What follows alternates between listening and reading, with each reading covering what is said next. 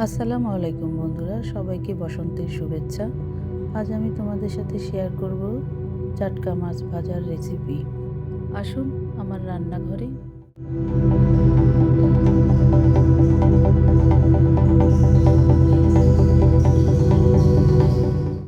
টাটকা মাছ ফ্রাইতে আমার যে সচরাচর সাধারণ যে উপকরণগুলো আমরা ইউজ করি তাই লাগবে: হলুদ গুঁড়ো, মরিচ গুঁড়ো, টমেটো কাটা, পেঁয়াজ কুচি, কাঁচামরিচ কুচি, আদা বাটা, রসুন বাটা এবং সর্বোপরি মাছগুলো আমি আগেই কেটে রেখেছিলাম। এখন এর সাথে আমি লবণ এবং সামান্য পরিমাণে হলুদ মিশিয়ে ভালোভাবে মাছগুলো মেখে নেব। প্রথমে চুলায় আমি একটি প্যান বসিয়ে নেব। চুলাটা জ্বালিয়ে দিলাম, পরিমাণ মতো তেল নিলাম। এই পর্যায়ে আমি এখন ওই যে হলুদ লবণ মেখে রাখা মাছগুলো পাত্রে দিয়ে দিচ্ছি। কথায় বলে, ছোটোকালে আগে আমরা একটা ছড়া কেটে বলতাম ইলিশ মাছের 30 কাটা। সত্যি আসলে অনেক কাটা। মাছটা খেতে অনেক সুস্বাদু, কিন্তু অনেক কাটা।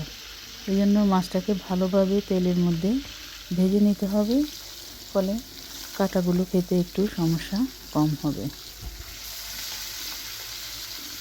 মাছগুলো উল্টিয়ে দিব।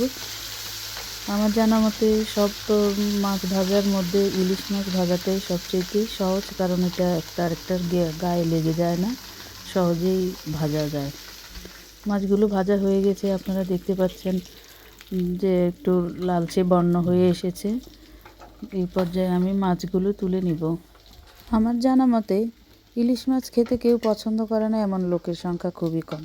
আর যারা একটু কাটার জন্য এই মাছটাকে একটু অ্যাভয়েড করতে চান, তারা আমার এই রেসিপিটা ফলো করতে পারেন। একবার খেয়ে আমাকে কমেন্টস করে জানাবেন।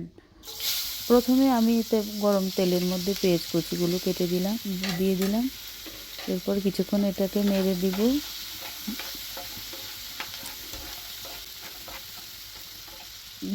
নাড়তে নাড়তে এক সময় দেখা যাবে যে এটা বাদামি রং ধারণ করেছে। এর সাথে এবার আমি অন্যান্য উপকরণগুলো অ্যাড করব। দিয়ে দিলাম রসুন বাটা, একটু জিরা বাটা, আর এর সাথে দিব আমি হলুদ গুঁড়ো এবং মরিচের গুঁড়ো।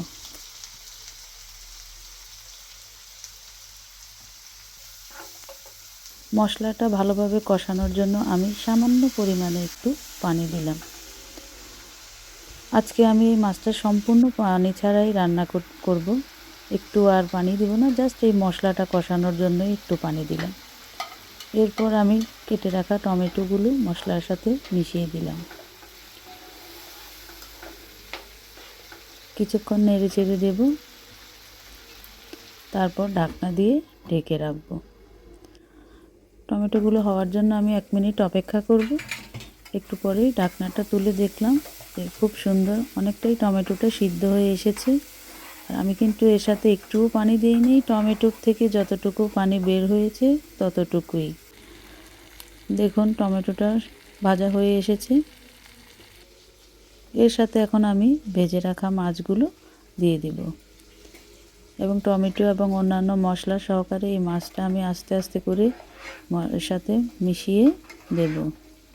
একটু সাবধানে নাড়তে হবে যেন মাছটা ভেঙে না যায়, ভাঙলে ভালো দেখা যাবে না।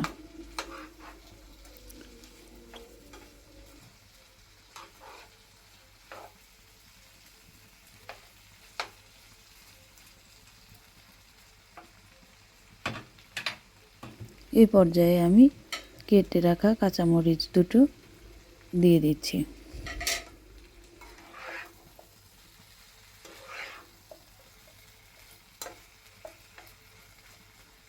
এরপর আমি এটাকে ঢেকে দেব।